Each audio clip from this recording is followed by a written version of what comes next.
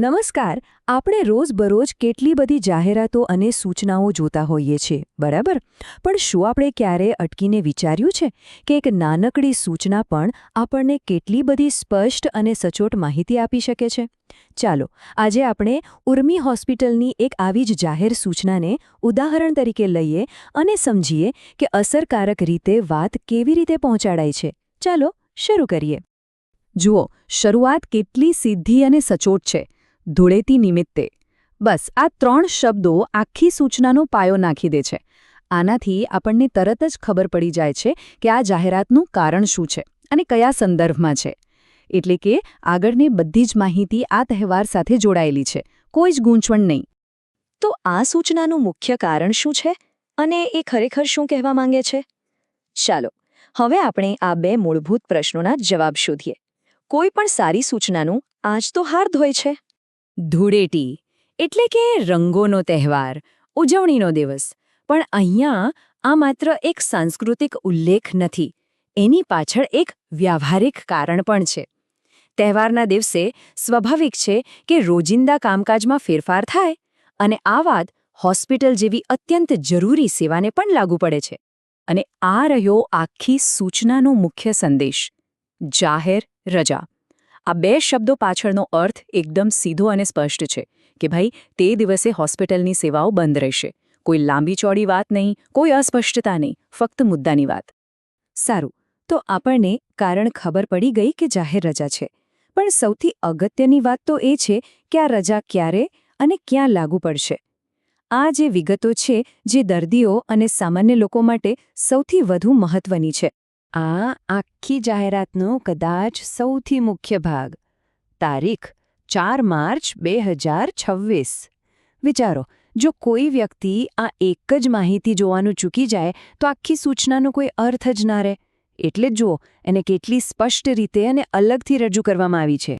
અને વાતને હજી વધુ સ્પષ્ટ કરવા માટે તેમણે દિવસનો પણ ઉલ્લેખ કર્યો છે: બુધવાર.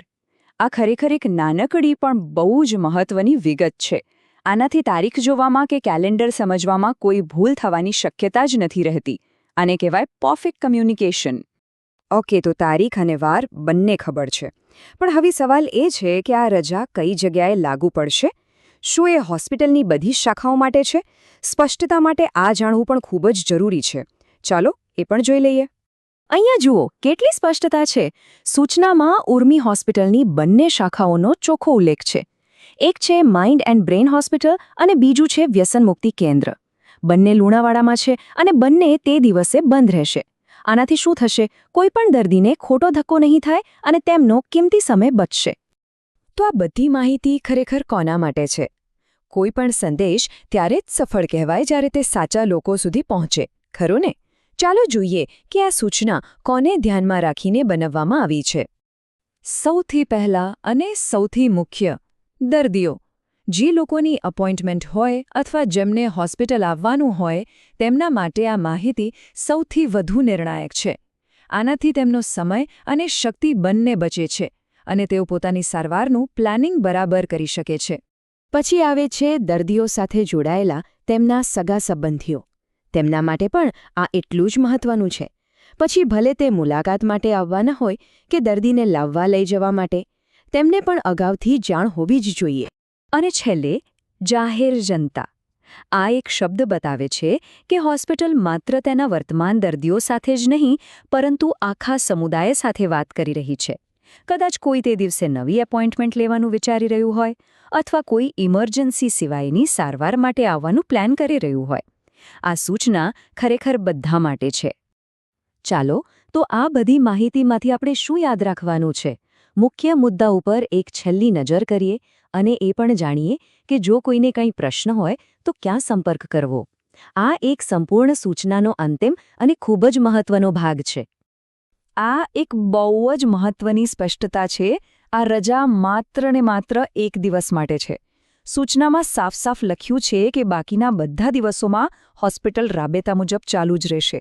આનાથી લોકોમાં કોઈ ખોટી ચિંતા નથી ફેલાતી કે હોસ્પિટલ લાંબા સમય માટે બંધ તો નથી ને. અને માની લો કે આટલી સ્પષ્ટતા પછી પણ કોઈને કોઈ સવાલ હોય તો? તો એના માટે પણ વ્યવસ્થા છે. આ 3 સંપર્ક નંબરો સીધી માહિતી મેળવવા માટે જ આપવામાં આવ્યા છે.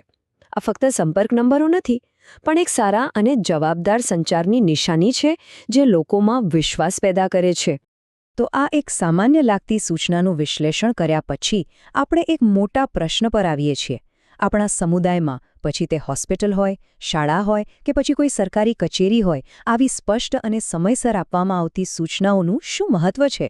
શું આવી નાની નાની બાબતો આપણા બધાના જીવનને વધુ સરળ અને વ્યવસ્થિત નથી બનાવતી? વિચારવા જેવો પ્રશ્ન છે ને?